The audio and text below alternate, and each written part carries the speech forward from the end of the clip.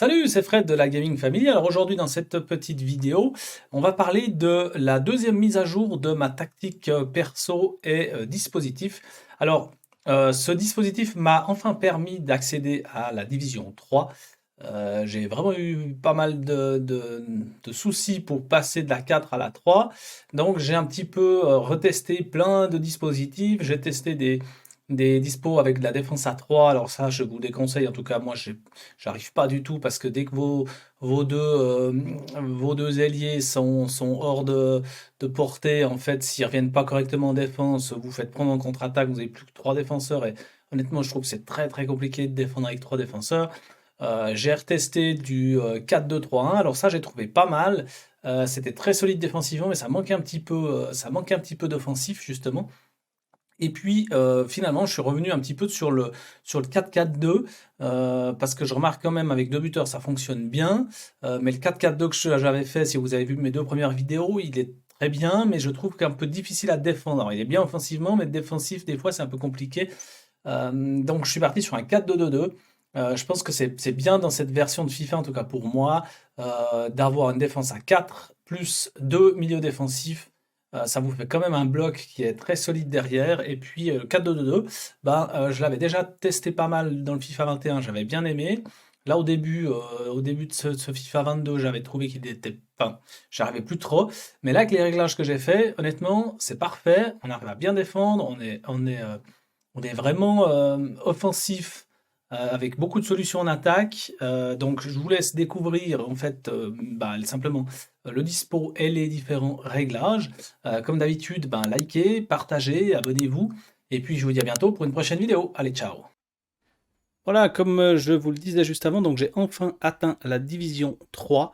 Euh, comme j'avais fait plusieurs victoires de suite, là je suis pour l'instant j'ai passé un petit palier sur la division 3. On verra si j'arrive à continuer d'aller directement sur le niveau 2, enfin le rang 2 ou pas.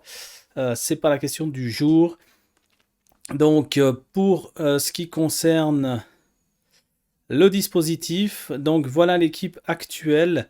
Alors s'il y a un joueur que je vous conseille, honnêtement, j'ai acheté Foden avant de gagner mes 3 matchs justement. Et ce joueur est juste extraordinaire. Il est vraiment extraordinaire. Il est excellent en vitesse. Pourtant, il n'a pas beaucoup, mais en accélération, en conduite de balle, en dribble, même en tir avec ses 78, ben, il m'a mis des shoots splendides. Donc, franchement, Foden, il n'est pas excessivement cher.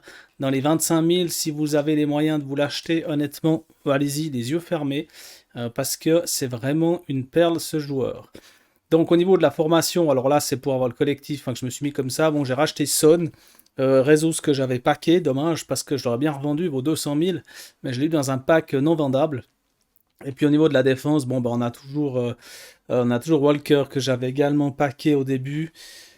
Van Dijk, Varane, bon les classiques. Et puis récemment j'ai acheté Mendy. Et puis bon ben Kanté et Saul. Saul, ben c'est un joueur que j'avais packé aussi. Et je le trouve honnêtement assez bon. Il est très moyen comme carte, mais il est moyen partout et je trouve qu'il va très bien. Et puis j'ai mis Bruno Fernandes, qui à mon sens est meilleur que De Bruyne. J'avais acheté De Bruyne, mais je trouve que De Bruyne est plus lourd à diriger. Je sais pas comment l'expliquer, mais Fernandez est plus facile à manœuvrer, je trouve. Donc maintenant au niveau de la tactique, donc j'ai essayé ça hier, ce qui m'a permis de gagner ces 3 fameux matchs sur lesquels j'étais bloqué. Donc c'est le 4-2-2-2. Vous voyez, j'avais essayé le 4-2-3-1. Mais du coup, je vais adapter mon 4-2-2-2 pour le mettre aussi sur les autres dispositifs. Donc ici, j'ai donc choisi un 4-2-2-2. Alors avec les styles, alors toujours très équilibré. Et c'est comme ça que je trouve que ça fonctionne quand même le mieux dans ce jeu. Pour la majeure partie des matchs, enfin la plus grande partie du temps de match, je trouve que l'équilibré marche très bien. Donc je suis en équilibré en défensif, en largeur 50, profondeur un petit peu plus haut, 60. Construction équilibrée, occasion équilibrée, largeur 50. Dans la surface, 4, ça me suffit largement. Corner, j'ai mis 3. Et coup franc, j'ai mis 2. Voilà. Corner mettant 3, j'ai pas eu spécialement de problème de contre ou ce truc, enfin ce genre de choses. Donc bon, je trouve que 3 c'est pas mal, il y a quand même un peu plus de monde et puis on peut faire des combinaisons, c'est assez sympa. Ensuite, donc au niveau du dispositif, donc l'avantage du 4-2-2-2, c'est qu'en fait vous avez les deux milieux qui sont des milieux défensifs. Alors ce que j'ai remarqué, alors euh, dans les dernières vidéos, j'avais le 4-4-2. Donc le 4-4-2, les deux milieux sont vraiment des milieux, c'est pas des milieux défensifs. Donc le 4-4-2, je trouvais qu'il était vraiment bien parce qu'au niveau offensif, on était assez bon. Après, des fois, c'était difficile de défendre. J'avais testé aussi le 4-4-2-2 avec les deux milieux défensifs, mais du coup, j'avais l'impression que j'arrivais plus bien à attaquer. Bref, après, entre le 4-4-2-2 et le 4-2-2-2, il n'y a pas une grosse différence, si ce n'est que les deux latéraux sont quand même un peu plus hauts. Et puis, je pense que ça permet juste à faire la différence. Et en tout cas, pour ma part, dans cette version de FIFA, je trouve que c'est très bien d'avoir un bloc avec 4 défenseurs et 2 milieux défensifs. Ça permet d'avoir un bloc défense qui est assez solide. Et franchement, je trouve que c'est important parce que au niveau des contre-attaques et ce genre de trucs, c'est vraiment compliqué. Puis quand on tombe sur un joueur qui sait maîtriser facilement les dribbles dans tous les sens, et ben si on a personne en défense, c'est mort. Donc ce que je vous disais, c'est que j'avais testé aussi le 3 où il est, le 3-5-2. Le problème du 3-5-2, c'est que j'ai l'impression qu'il est quand même un peu plus haut sur le terrain.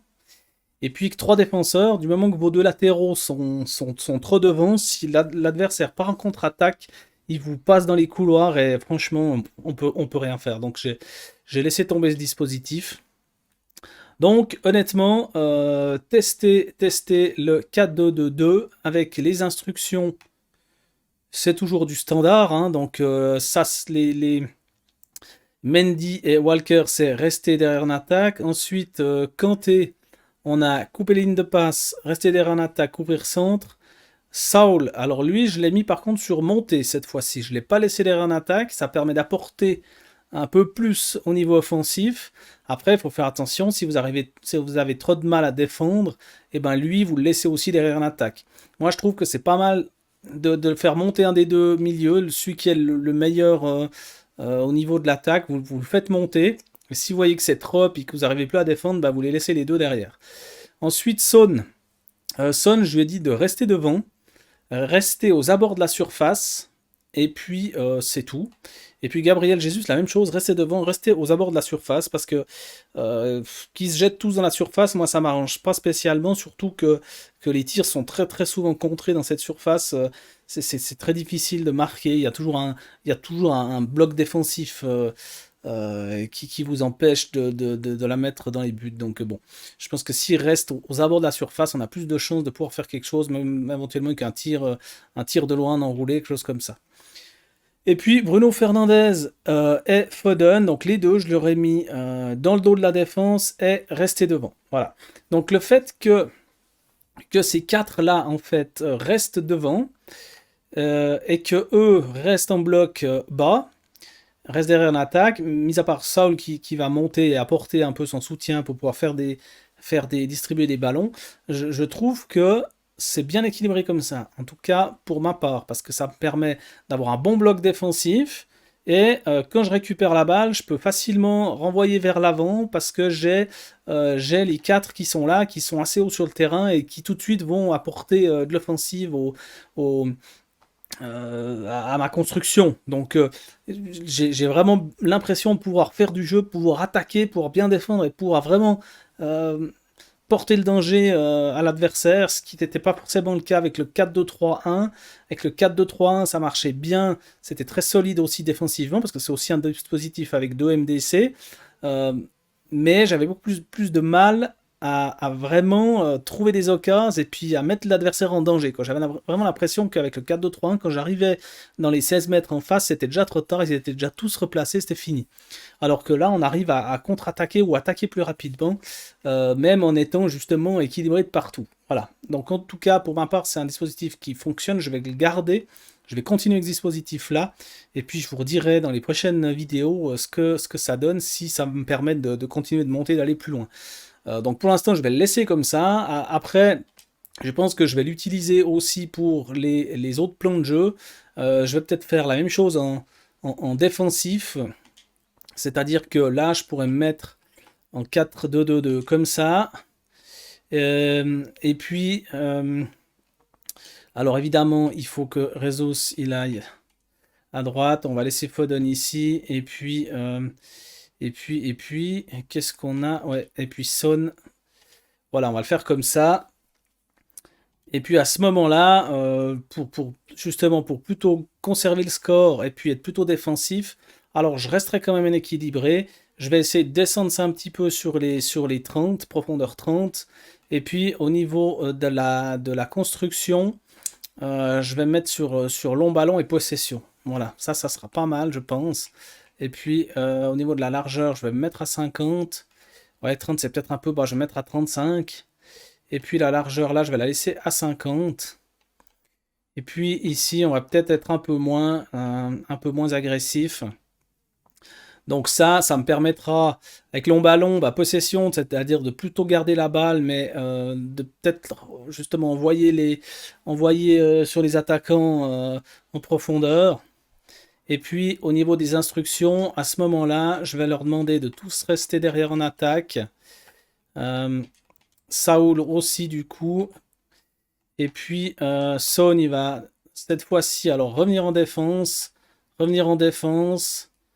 Et, là ils vont aussi revenir en défense. Voilà. Après je verrai si je modifie encore les petits réglages. Mais dans l'idée c'est ça. C'est vraiment là c'est défensif. Ils reviennent tous. On fait bloc et on conserve la balle. Et puis si on a une case on balance en avant avec le long ballon. Voilà. Donc voilà, après, si on veut faire du offensif, on pourrait faire la même chose. On pourrait faire la même chose en ultra offensif ou offensif. Si on veut revenir, je prendrais peut-être plutôt celui-là là que j'avais déjà mis en pressing constant. Cette fois, la largeur, je la laisserai comme elle est à 50. Je la laisserai comme elle est à 50, ma largeur. Et puis la profondeur, ouais, là on est bien. 75, 8 ans de construction rapide, appel de balle. Je vais redescendre ici à 50 aussi. Je vais essayer de conserver le même dispositif pour tous mes plans de jeu. Et puis, du coup, plutôt que faire un 4-2-4, alors je vais me remettre en 4-2-2-2. Après, ça, c'est à vous de voir. On peut aussi faire un dispositif qui est beaucoup plus agressif. Mais là, du coup, ça sera rejoindre l'attaque. Rejoindre l'attaque. Là, ça sera... je sais jamais où il est celui-là. Ici. Là, il va monter. Lui, il va monter. On peut le laisser couvrir centre.